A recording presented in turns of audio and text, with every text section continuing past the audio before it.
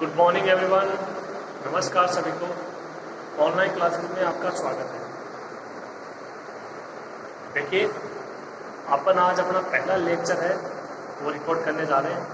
Okay, तो BSc first year के अंतर्गत ये अपना पेपर थर्ड है। मैथमेटिक्स की बात कर रहा हूँ। मैथमेटिक्स में सब्जेक्ट के अंतर्गत तो अपना पेपर थर्ड है। पहले तो अपन सिलेबस की बात कर लेते हैं। आगे कितने पेपर हैं, उनमें कितनी बुक हैं, ठीक है, उनके बारे में। उसके बाद में अपन अपना यहाँ पे पेपर थर्ड है वो स्टार्ट करेंगे। तो सबसे बड़ा पेपर यही है, सबसे पहले इसी को हल करेंगे अपन। ओके, तो आज से अपना सिलेबस है वो स्टार्ट होता है। आप अपने नोट्स बनाना स्टार्ट कर सकते हैं। ओके, तो आइए सबसे पहले हम अपना सिलेबस देखते हैं। देखिए, मैथमेटिक्स के अंतर्गत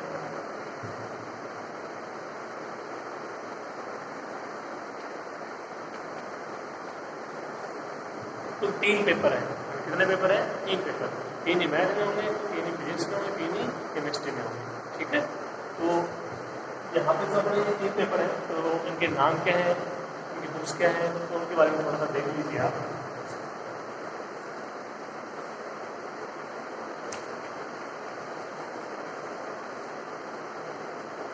पहला पेपर है, उसका नाम है विविध गणित, डिस्क्रीट मैथमेटिक्स। तो ये इसमें तो पहला पेपर है, इसमें एक ही बुक है और ये बुक का नाम है विविध गणित। ठीक है, और इसी बुक में से 5 यूनिट आएंगे आपकी। दूसरा पेपर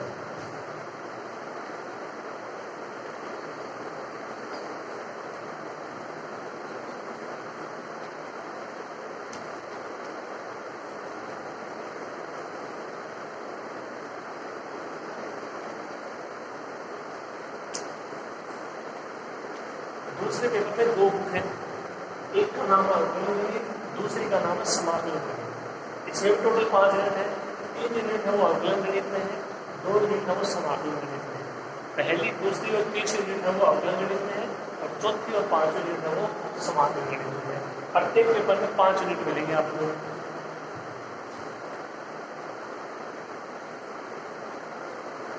और ये पेपर थर्ड जो अपन आज स्टार्ट करेंगे, इसके अंतर्गत कुल 3 बुक हैं। कितने बुक हैं? 3 बुक। पहली बुक है 3D त्रिविम निर्देशांक ज्यामिति, जो कि आपने 11th-12th में अच्छे से पढ़ी है। ठीक है, तो वो आपको थोड़ा सा बेसिक उसका पता होना चाहिए।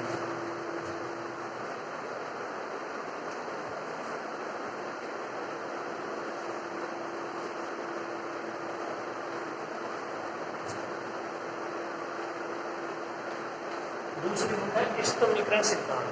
इसको OTP बोलते हैं शॉर्ट रूप में, ऑप्टिमाइजेशन थ्योरी, इष्टमीकरण सिद्धांत। और तीसरी बुक है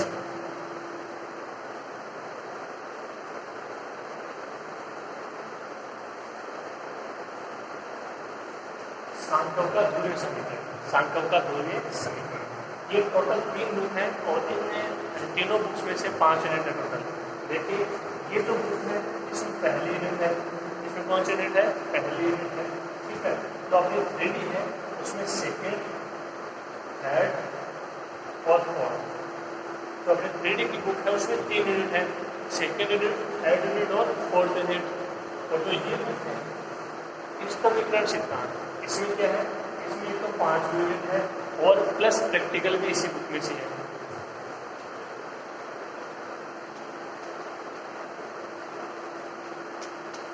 प्रैक्टिकल भी इसी बुक में से है। इसमें वही है रैखिक प्रोग्रामर समस्या वगैरह, जो कि आपने 12th में उसके बारे में थोड़ा बहुत पढ़ा है लास्ट में। ठीक है, प्रैक्टिकल है वो 30 नंबर का होने वाला है यहाँ पे। ओके, तो देखो यहाँ से 5 यूनिट हो गई। प्रत्येक यूनिट है वो 8 नंबर की रहेगी। प्रत्येक यूनिट है वो 8 नंबर की रहेगी। आपका टोटल पेपर होगा ये 40 नंबर का। इसी प्रकार यहाँ से भी 5 यूनिट है। ठीक है ना, ये बुक है तो और था first, second, third, fourth, fifth. ठीक है, ये जो आपके यूनिट्स है उनका डिवाइडेशन हो गया। सेम यही प्रोसेस, 5 यूनिट, 1 यूनिट 8 नंबर की, 40 नंबर। इसका भी सेम यही प्रोसेस, 5 यूनिट 8 नंबर की प्रत्येक यूनिट, 40 नंबर। तो टोटल 120 नंबर के पेपर हो गए, 30 नंबर का प्रैक्टिकल हो गया, तो आपका हो जाएगा, इसका टोटल हो जाएगा वो होगा 150। मैथमेटिक्स का आपका 150 नंबर की होगा कुल, हम तीनों पेपर, ठीक है। तो ये आपके सामने आपका सिलेबस, आपको एग्जाम में किस तरीके से करना है। प्रत्येक यूनिट जो 8 नंबर की होगी उसमें 2 क्वेश्चन आएंगे। 2 क्वेश्चन कैसे आएंगे देखिए, इसका एग्जाम्पल के तौर पर समझिए ये यूनिट टेस्ट है, ठीक है ना। तो यूनिट टेस्ट है, इसका ये पहला क्वेश्चन है, ठीक है।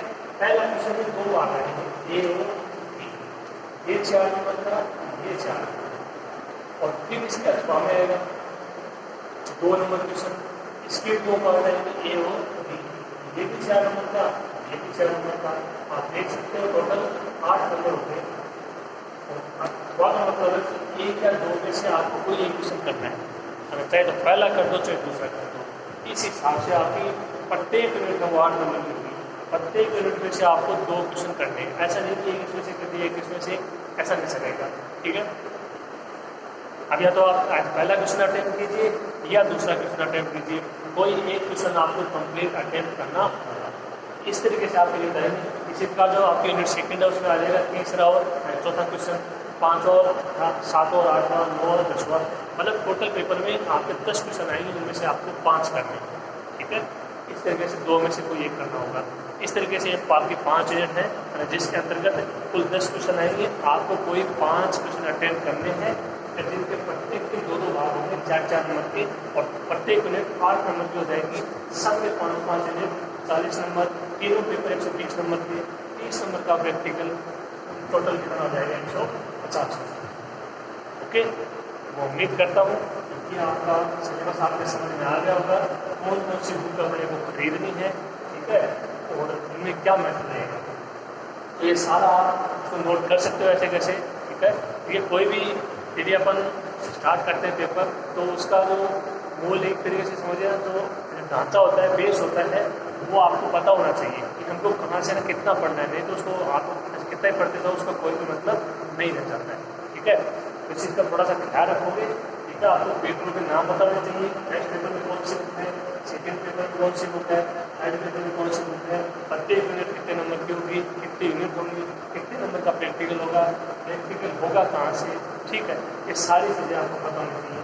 ये बुक है सांख्यों का ध्रुवीय समीकरण, ये अभी 3-4 सालों में ऐड हुई है, पहले ये नहीं थी, इसमें केवल ये यूनिट है, पहले नहीं, ठीक है। तो इस तरीके से है, तो आप इसको नोट कर लीजिए। और फिर हम स्टार्ट करते हैं अपना पेपर थर्ड, और पेपर थर्ड के अंतर्गत हम स्टार्ट करेंगे 3D।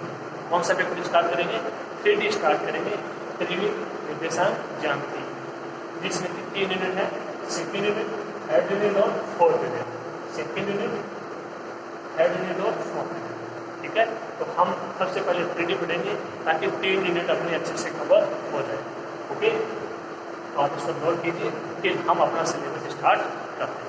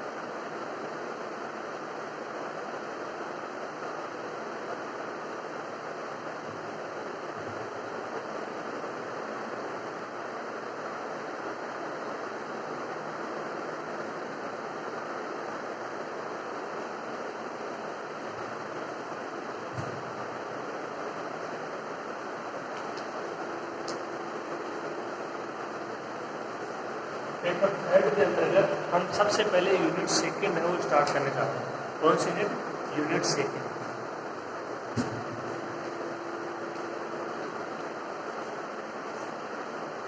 रीडिंग,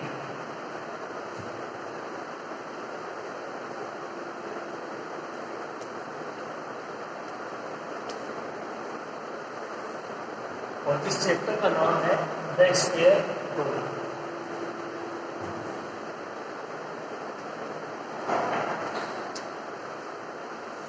तो यूनिट सेकेंड के अंतर्गत अपने को चैप्टर नंबर 2 पढ़ना है, ठीक है, जिसका नाम है गोला द स्फीयर। ओके, तो एक चीज़ और है यहाँ पे आपको जो ध्यान रखने वाली है कि जो ये अपनी बुक है 3D की, ये बुक है 3D की, इसके स्टार्टिंग में कुछ महत्वपूर्ण इंट्रोडक्शन दिए गए हैं, ठीक है।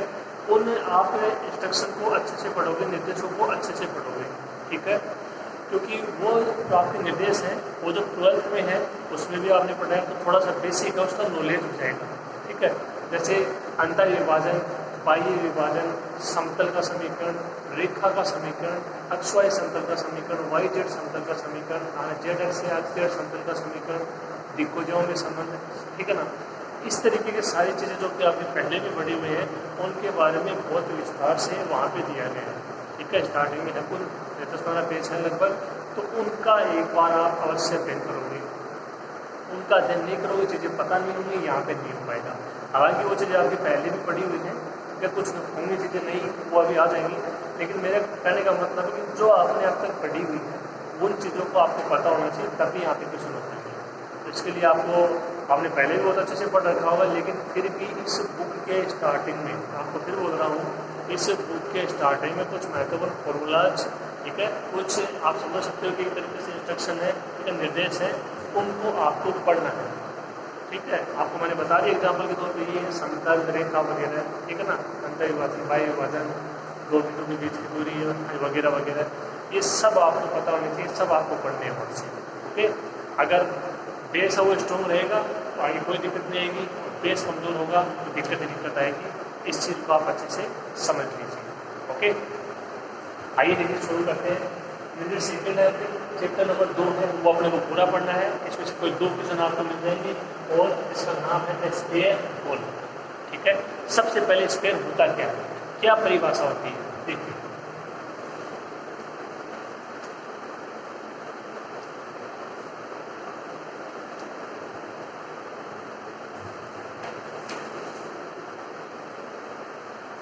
ये गोला है, इसकी परिभाषा क्या लिखोगे?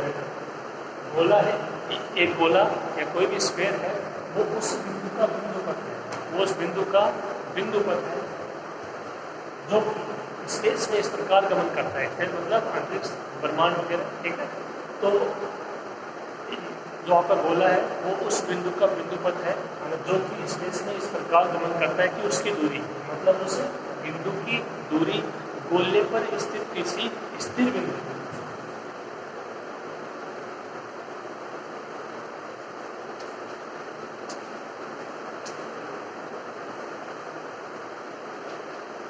बिंदु है ओ है, उसको क्या बोलोगे? गोले का केंद्र। उसको क्या बोलोगे? गोले का केंद्र, जिसके निर्देशांक ए बी सी। अब 3D है तो 3 निर्देशांकों के रूप में होंगे XY Z, वहाँ पे भी XY Z। P क्या है? P है वो गोले पर स्थित कोई बिंदु। P क्या है? गोले पर स्थित कोई बिंदु है जिसके निर्देशांक XY Z। हम क्या परिभाषा बोल रहे थे स्क्वायर की, कि एक गोला है वो एक ऐसे बिंदु का बिंदुपथ है, ठीक है, इस बिंदु का बिंदुपथ है, ओके। देखिए बिंदुपथ का क्या मतलब होता है, आप जानते हो, जैसे बहुत बार आपने पढ़ा है बिंदुपथ को, क्या बिंदुपथ होता है, इसके नाम से पता चलता है कि बिंदु का पथ, बिंदु कहाँ से होके गुजर रहा है। देखो इस बिंदु तक आपको आना है तो आप इस प्रकार देखिए, इसी प्रकार से आता है स्फीयर पर स्थित किसी बिंदु से, स्फीयर पर स्थित किसी बिंदु से आपको आना है कहाँ पर? गोले के केंद्र, ठीक है। ये क्या हो जाएगा? बिंदु का बिंदुपथ, भाई वो कहाँ से आ रहा है, ओके। ये सिंपल परिभाषा है। इसका मैथमेटिकल रूप क्या होता है बिंदुपथ का, उसकी चर्चा करेंगे, आपको भी पता है उसका। मैंने क्या बोला कि एक गोला है वो एक ऐसे बिंदु का बिंदुपथ है जो स्पेस में इस प्रकार गमन करता है, स्पेस में इस प्रकार वो वितरण करता है कि उसकी दूरी गोले पर किसी स्थिर बिंदु, एक फिक्स बिंदु है, इससे दूरी है वो क्या रहेगी? समान रहेगी। और किसकी दूरी? इस बिंदु की। और किससे दूरी? और गोले पर स्थित किसी बिंदु से दूरी, यानी ऑफ की दूरी है वो क्या रहेगी? अचल रहेगी, नियत रहेगी।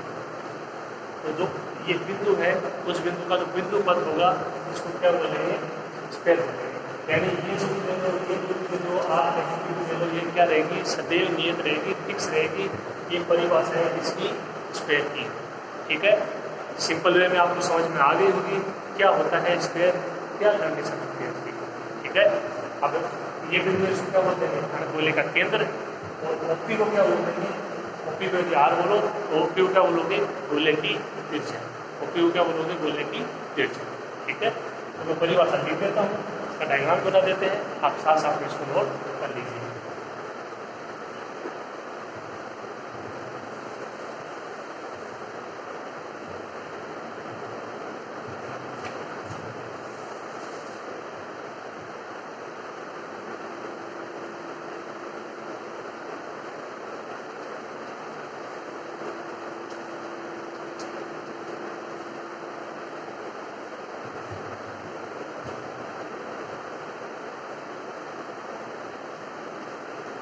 एक गोला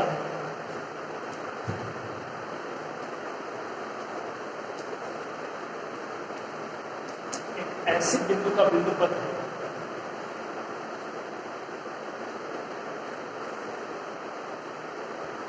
जो कि स्पेस में इस प्रकार निर्भर करता है कि स्पेस में इस प्रकार गमन करता है कि कौन, ये बिंदु की उसकी दूरी, उसकी किसकी दूरी, बिंदु की दूरी, उसकी दूरी गोले पर स्थिर बिंदु, ध्यान से देखो, उसकी दूरी गोले पर स्थिर बिंदु, मतलब ये बिंदु क्या है, फिक्स है। स्थिर बिंदु उसकी दूरी गोले पर स्थिर बिंदु से सदैव क्या रहे, नियत रहे। देख लीजिए, ये परिभाषा है कि गोला एक ऐसे बिंदु का बिंदु पथ है जो कि स्पेस में इस प्रकार गमन करे कि उसकी दूरी, उसकी किसी बिंदु की दूरी है वो गोले पर स्थिर बिंदु से सदैव क्या रहे, नियत रहे। ठीक है,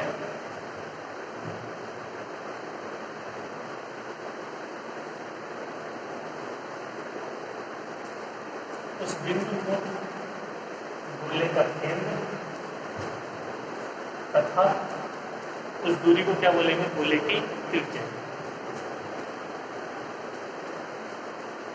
उस दूरी को क्या बोलेंगे, गोले की त्रिज्या।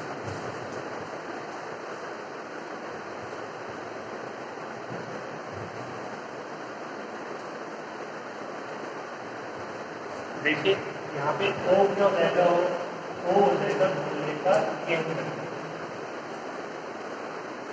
ओ क्या हो जाएगा, गोले का केंद्र। ओपी बोल दो, आर बोल दो, एक ही बात है, ओपी बोल दो, आर बोल दो, फिर गोले की त्रिज्या।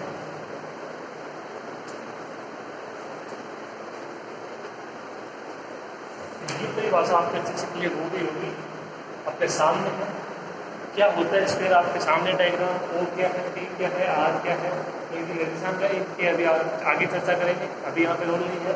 अभी यहाँ पे केवल आप इसकी परिभाषा समझिए, स्क्वायर होता क्या है, ठीक है ना।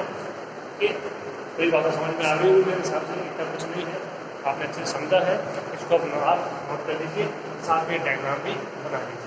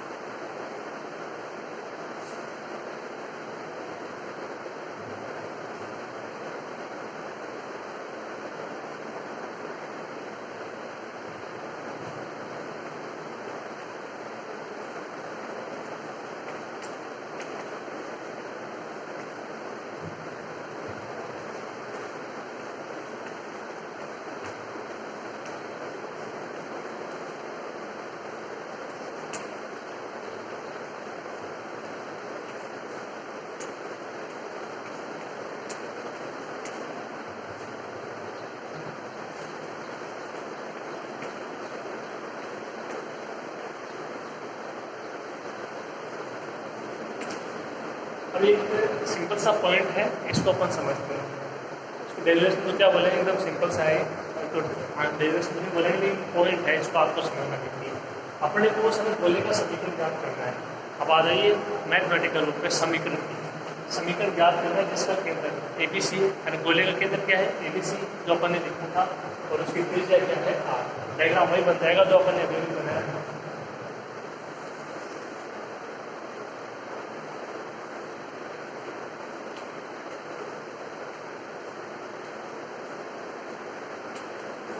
ओ गोले का केंद्र ए बी सी और पी एक्स वाई जेड गोले को स्थित कोई बिंदु, ओपी को क्या बोलेंगे, आर गोले की त्रिज्या, ओपी को क्या बोलेंगे, आर गोले की त्रिज्या। ठीक है, तो देखिए इसको अपन अपने को ज्ञात करना है, इस समय गोले का समीकरण ज्ञात कैसे होगा वो देखें।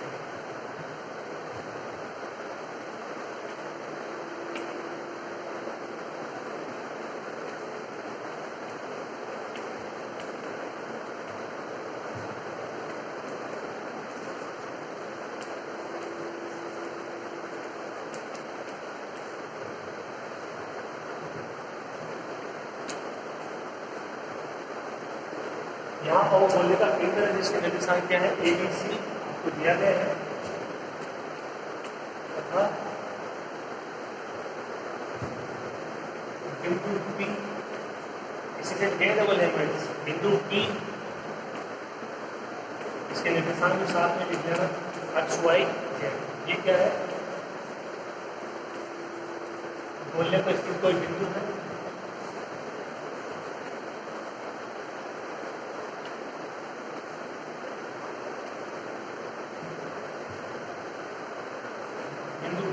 एक्स वाई जेड क्या है, गोले पर स्थित कोई बिंदु है, जिसकी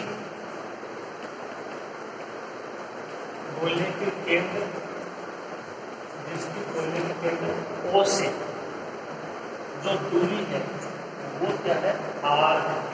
अर्थात ये सिंपल सी बात है, इसी डायग्राम में अपन ने लिखा दिया भी गया कि जो आपकी त्रिज्या वो क्या है, आर, और पी इक्वल टू। ठीक है, तो ये जो भी बात अपन ने लिखी इसी डायग्राम से लिखी है। अब देखिए अपने पास, आप सोचिए थोड़ा सा कि यहाँ से गोले का समीकरण वो कैसे प्राप्त कर सकते हैं। देखिए ओ के निर्देशांक ए बी सी, पी के निर्देशांक एक्स वाई जेड, और पी की दूरी है, आप समझ सकते हो ओपी का मान है आर। ठीक है, थोड़ा तो मैंने हिंट भी दे दिया अभी भी आपको। आप सोचिए कि इस गोले का समीकरण आप कैसे ज्ञात कर सकते हो, कौन सी ऐसी चीज़ है जिसकी सहायता से ज्ञात हो जाएगा। और गोले का समीकरण मतलब 3D, और 3D मतलब एक्स वाई जेड है ना, तीनों निर्देशांकों में, इसलिए मैंने यहाँ पे एक्स वाई जेड लिया। ठीक है, तो आप सोचिए थोड़ा सा कौन सी ऐसी चीज़ है जो आपने पढ़ी है उसी की सहायता से होगा। एक बार भी बता देता हूँ, जो आपने 12th क्लास में आपने पढ़ी अच्छे से उसी से होगा, शुरू में भी दिया गया, आप देख लेना उसको अच्छे से। आप सोचिए थोड़ा, अगर थोड़ा बहुत भी आप इसके बारे में सोच पाए तो बहुत अच्छी बात रहेगी। देखो यहाँ पे आप क्या कर सकते हो, ए और एक्स के पदों में मान आ जाए कोई, क्योंकि इसका केंद्र दे रखा है ए बी सी और इसकी त्रिज्या दे रखी है आर। ठीक है ना, तो यहाँ पे देखिए दो बिंदु हैं ओ और पी। ओ के निर्देशांक ए बी सी, पी के निर्देशांक एक्स वाई जेड। ओ और पी यानी इसके बीच की दूरी है वो आर। तो दो बिंदुओं के निर्देशांक दिए गए हों और उनकी बीच की दूरी का फॉर्मूला, ये आपको बहुत अच्छे से पढ़ा हुआ है कि दो बिंदुओं के निर्देशांक दिए गए हों तो उनके बीच की दूरी का मान क्या होगा। ठीक है, आप एक सिंबल है, लेकिन एक्स वाई जेड और ए बी सी के रूप में भी आपको पता होना चाहिए। देखिए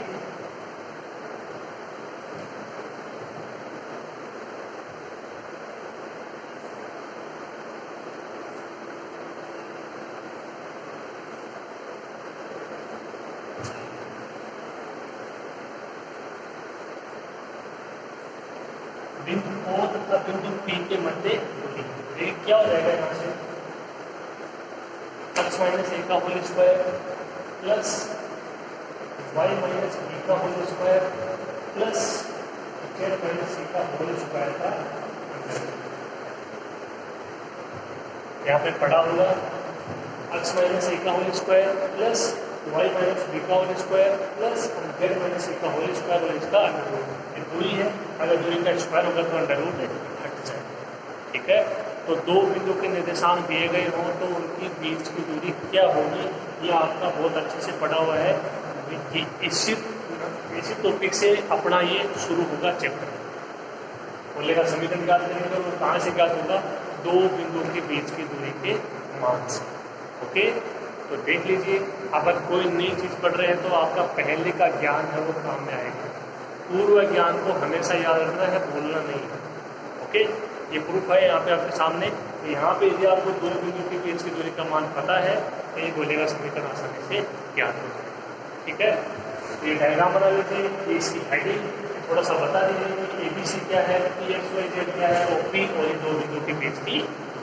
ओके, यहाँ तक नोट कर लीजिए आप।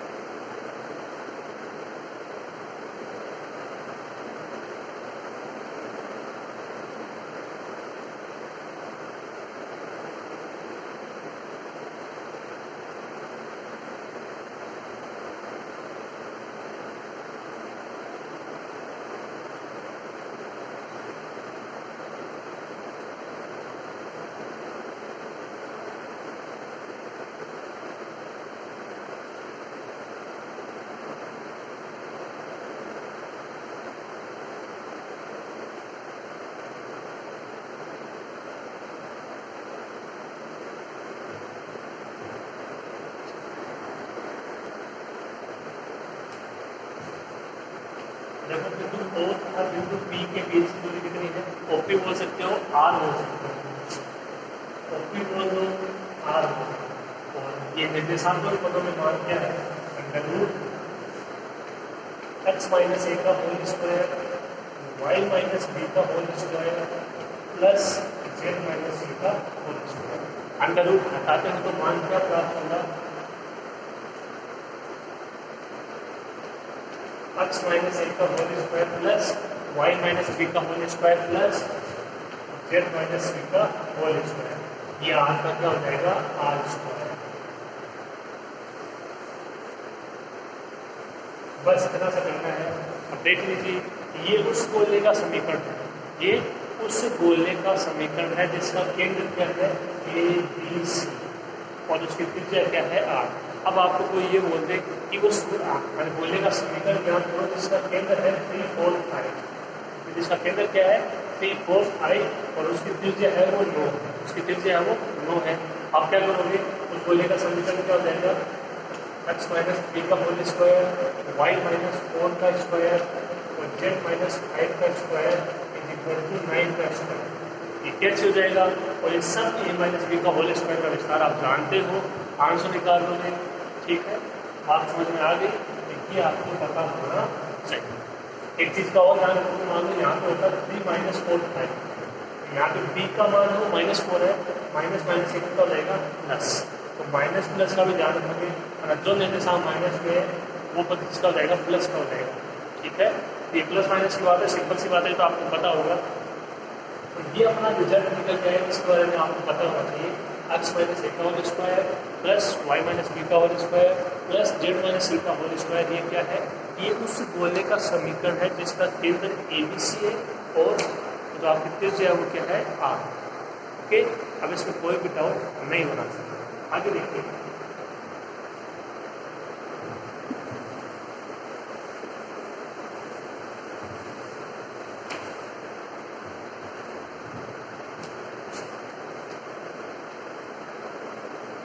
एक पॉइंट देखिए जो कि इसी की सहायता से होगा, इसको आप समीकरण ये देख सकते हो।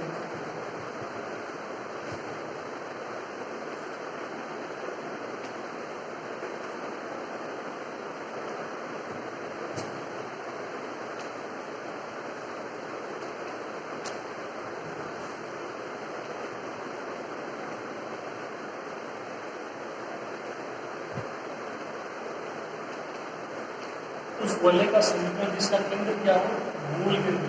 देखिए, थोड़ा सा चेंज करना, अपने को कुछ भी नहीं है। क्या कर रहा है कि उस गोले का समीकरण आप बताइए कि जिसका केंद्र है मूल बिंदु यानी 0 0 0, यानी ए बी सी के लेकर की बात देखो, आपका केंद्र क्या था, ए बी सी था, आपका केंद्र 0 0 0, ये 0 ये 0 ये 0। समीकरण 1 से मान क्या आएगा,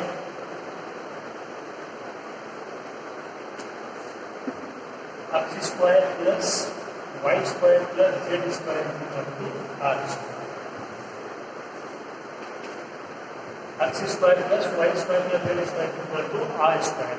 ए बी सी के मान यहाँ पे 0 0 0, यहाँ से अलग से बचेगा, स्क्वायर है Y square Z square equal to R square. Okay, तो ये आपको क्लियर हो गया अगर मेरे हिसाब से, इसमें कोई दिक्कत नहीं होनी चाहिए।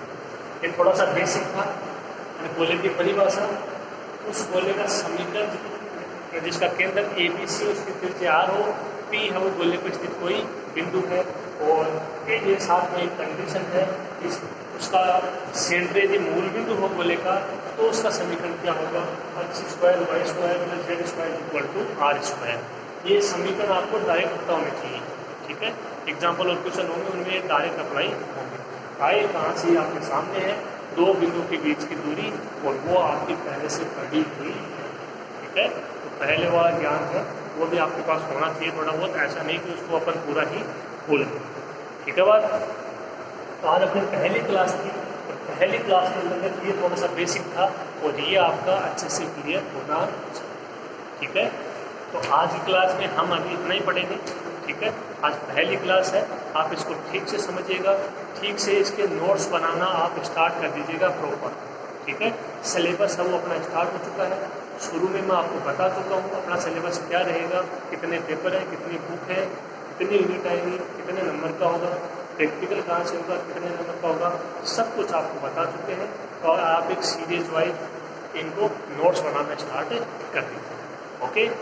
तो आज की क्लास में अभी इतना ही करेंगे, ठीक है। यहाँ तक आपके अच्छे से समझ में आ जाना चाहिए। इसके आगे क्लास में कल कुछ और पढ़ेंगे इसके बारे में, और इसके बाद में इसके एग्जाम्पल और क्वेश्चन जो कि एग्जाम में आते हैं, ठीक है। तो ये यहाँ तक आपका अच्छे से क्लियर हो जाना चाहिए, ओके। तो आज की क्लास में इतना ही, मिलते हैं नेक्स्ट क्लास में। थैंक यू, धन्यवाद।